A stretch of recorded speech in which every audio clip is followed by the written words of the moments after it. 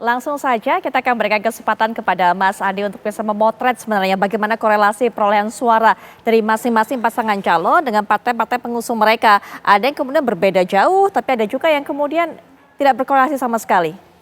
Ya memang agak rumit sebenarnya membaca linear soal bagaimana elektabilitas pileg dan pilpres ya. Kalau kita melihat kecenderungan pemilu pasca reformasi 2004 hari ini misalnya dengan 2004 yang lalu itu kan agak berbeda ya secara signifikan. Yang ingin saya katakan adalah ada misalnya partai politik tertentu dia pilegnya kuat dan pilpresnya juga kuat. Itu terjadi pada PDIP beberapa waktu yang lalu, pilpres dan pileg 2014 dan 2019.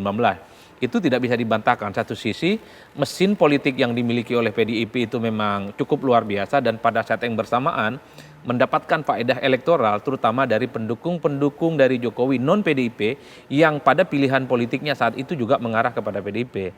Yang membuat PDIP per hari ini tuh agak sedikit berbeda, seakan-akan yang memilih Ganjar itu hanya basis konstituen dari PDIP. Karena suara Ganjar dan Mahfud itu identik, bahkan hampir sama dengan perolehan pileg PDIP.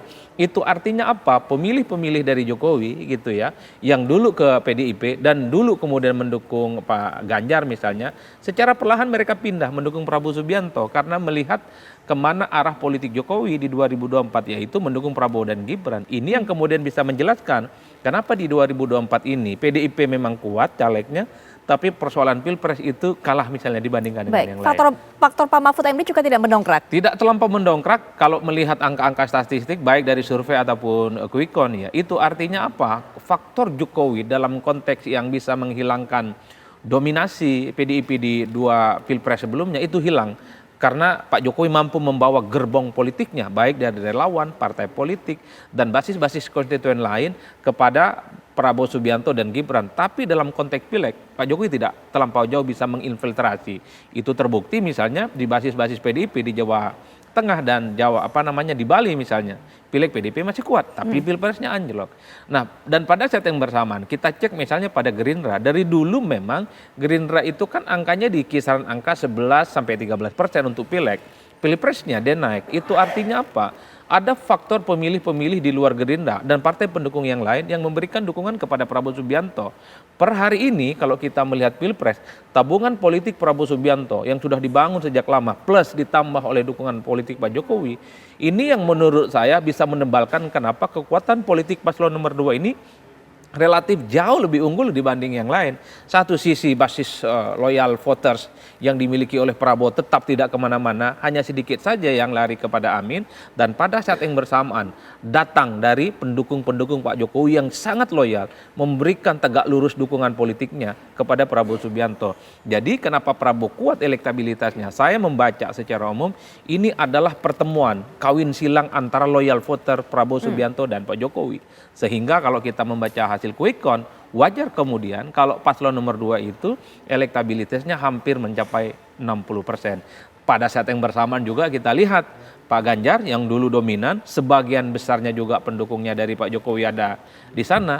Tapi ketika Pak Jokowi pindah ke Prabowo, maka pendukung Jokowi yang ada di Ganjar perlahan juga berdol-desa pindah ke Ganjar Pranowo. Ini yang menurut saya bisa menjelaskan juga kenapa elektabilitas Ganjar itu misalnya hanya terpaut di angka 18-19%. Kehilangan basis pendukung Jokowi dan pada saat yang bersamaan tidak mendapatkan tambahan dari manapun. Pak Mahfud insentifnya tidak terlampau kuat dan tidak terlampau banyak. Partai-partai pendukungnya pun juga kelihatan tidak terlampau kuat karena 3 partai di luar PDIP ini kan sedang struggling juga sebenarnya untuk lolos ke parlemen. P3 memang berusaha betul supaya lolos kembali. Sementara 2 partai lain, Perindo dan Hanura tentu berharap supaya mereka di 2024 ini juga bisa lolos ke Senayan. Itu artinya apa?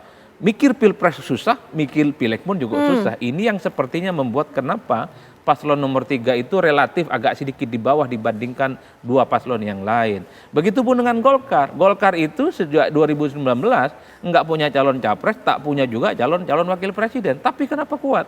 Yang bisa menjelaskan ini menurut saya, karena anatomi kekuatan partai politik Golkar itu tidak terletak pada figur kunci. Anatomi kekuatan politik Golkar itu terletak sejauh mana mesin politik dan caleg-caleg yang bergerak di bawah. Bahkan 2019 yang lalu secara popular vote itu sebenarnya memang lebih banyak Gerindra. Tapi ketika dikonversi menjadi suara di DPR, Golkar runner up. Per hari ini misalnya Golkar nggak punya jagoan capres, tidak punya cawapres, tapi suaranya versi quick count itu runner up di bawah PDIP dan di atas Gerindra. Ini yang disebut mungkin oleh banyak politisi dan kawan-kawan di luar sana disebut sebagai anomali. Bagi saya ini bagian dari paradoks. Oke. Itu artinya apa? Membaca kekuatan pileg tidak linier, ini seakan-akan juga bisa sepositif perolehan mereka di Pilpres. Ada yang Pilpresnya bagus, tapi pilegnya juga tidak terlampau yang sesuai diharapkan. Ya, baik. Bang Ciko, silakan diberikan tanggapan. Pak Mahfud tidak mampu mendongkrak suara dan juga partai-partai lain selain PDIP yang mengusung pasangan 03 ini juga tidak terlampau kuat, malah struggle masing-masing dengan partainya. Silakan, Bang Ciko. Saya rasa gini ya, kembali kalau jawabannya adalah kami kan ini masih hasil quick count. Jadi intinya kita masih menunggu hasil penghitungan suara yang resmi. Jadi apakah kita menerima hasil ini begitu saja kan itu kan tidak. Dan sejak awal kami mengatakan itu. Nah, ini yang menjadi pertanyaan. Tetapi kami yakin kok Pak Mahfud ini menyumbangkan begitu banyak, cukup banyak suara untuk Pilpres ini. Banyak juga tadinya pendukung Ganjar yang setengah-setengah ketika tahu bahwa yang menjadi cawapres adalah Pak Mahfud MD, ini menjadi dukungan membuat adanya dukungan-dukungan kuat dari berbagai daerah dan termasuk dari Sumatera, dari Jawa Timur khususnya. Dan di Jawa Timur kan juga ada keluarga Gus Dur yang jelas-jelas mendukung paslon dari Pak Ganjar dan Pak Mahfud. Jadi intinya itu yang kita sampaikan dan saya ingin mengkoreksi juga Mas Adi ya, ketika bukan hanya di 2004 ya, kita juga melihat ketika Pak SBY di pemilu berikutnya pun jauh lebih tinggi daripada perolehan suara partainya. Nah ini yang kita melihat bahwa ada anomali yang perlu juga ditelusuri dan kita kalau berbicara soal ilmu kan selalu ada apa yang menjadi presiden, apa yang menjadi hal-hal yang terjadi sebelumnya itu juga harus menjadi pertimbangan selain dengan teori-teori yang terjadi pada hari ini. Nah ini yang akan kita terus upayakan supaya kembali lagi tujuannya adalah bukan untuk menolak hasil pemilu atau apapun itu, tapi ini juga bagian demokrasi, bagian untuk meningkatkan literasi politik masyarakat bahwa ada proses-proses yang harus dilalui secara lengkap dan kita masih menunggu itu semua. Baik, Bang Daniel Johan juga silakan Bang Daniel bisa berikan pernyataan penutup tentunya dalam perbincangan ini. Ya, yang penting adalah saat ini kita benar-benar mengawal di sisa hari-hari terakhir untuk mengawal seluruh perhitungan suara untuk memastikan pemilu itu berjalan jurdil ya. Nah, saat ini cukup banyak, bahkan sangat banyak bukti-bukti kecurangan yang sudah dikirimkan oleh masyarakat. Ya. Kita berharap tentu hasil akhirnya itu akan kita terima bersama, tetapi dengan seluruh catatan, dengan seluruh proses yang kita lalui ini, sambil seluruh hasil itu akan menjadi evaluasi mendalam kita. Ya. Nah kita berharap ini bagian dari proses demokrasi yang saat ini cukup banyak para pengamat, para masyarakat yang memberikan catatan kita mundur secara demokrasi. Nah, ke depan kita harus benar-benar memperbaiki dan kita tunggu hasil final dari KPU. Mudah-mudahan itu yang menjadi terbaik untuk kita semua. Baik, terakhir Pak Wihadi, silakan Pak Wihadi. Ya, kita menyambut gembira hasil daripada quick count saat ini yang memberikan kemenangan kepada pasangan Pak Prabowo dan Mas Gibran dengan sekali putaran. Namun kita semuanya tetap menunggu daripada perhitungan resmi daripada KPU dan dalam situasi yang seperti ini tentunya bagaimana kita menjaga situasi ini tetap kondusif dan kita sama-sama menjaga pemilu ini, hasil pemilu ini untuk bisa menjadi keputusan yang akan memberikan presiden baru, yaitu presiden 2024-2029. Baik, terakhir dan juga kami mengucapkan juga terima kasih kepada seluruh masyarakat yang sudah memberikan kepercayaan kepada Pak Prabowo dan Mas Gibran sebagai presiden terpilih untuk 2024-2029.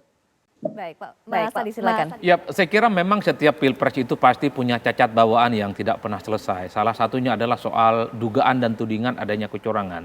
Saya ingat persis pemilu 2014 dan 2019, kemenangan Jokowi juga diduga karena ada kecurangan dan intervensi aparatus kekuasaan yang itu juga bisa kita lihat bagaimana kubu Prabowo Subianto saat itu melakukan demonstrasi misalnya di depan Bawaslu dan juga melakukan gugatan kepada Mahkamah Konstitusi. Jadi yang kita tunggu sebenarnya adalah bahwa dugaan-dugaan itu tentu saja harus dibongkar karena termasuk kita sebagai peneliti punya intensi dan punya keinginan supaya kecurangan yang selalu belakangan ini disebutkan, kita semua bisa menyaksikan dan kita semua bisa mengawal dengan baik. Karena kalau bicara tentang kecurangan, ini ibarat kita bicara tentang hantu. Hantu itu kan diyakini keberadaannya, tapi ketika dibuktikan sangat sulit. Ya. Oh ternyata hantu tak ada. Tapi kalau kita datang ke suatu tempat ada hantunya, bulu ini merinding semua. Ini yang kemudian menurut saya menjadi batu uji bahwa soal dugaan-dugaan kecurangan sangat senang kalau itu bisa diungkap oleh nomor 1 dan nomor 3. Itu artinya apa? Bahwa kecurangan selama ini yang secara transparan dan vulgar dilakukan oleh oknum-oknum tertentu bisa dituntaskan setuntas-tuntasnya. Apalagi kalau kita melihat undang-undang pemilu, Putri, dugaan kecurangan itu ya luar biasa, itu bisa pidana pemilu, ada penjara dan ada kemudian denda dengan sejumlah uang yang menurut saya cukup luar biasa. Baik. Saya kira di situ konteksnya. Ya, Mas Adi terima kasih, narasumber semuanya terima kasih, Bang Daniel Johan terima kasih, Pak Wihadi terima kasih, Bang Ciko juga terima kasih.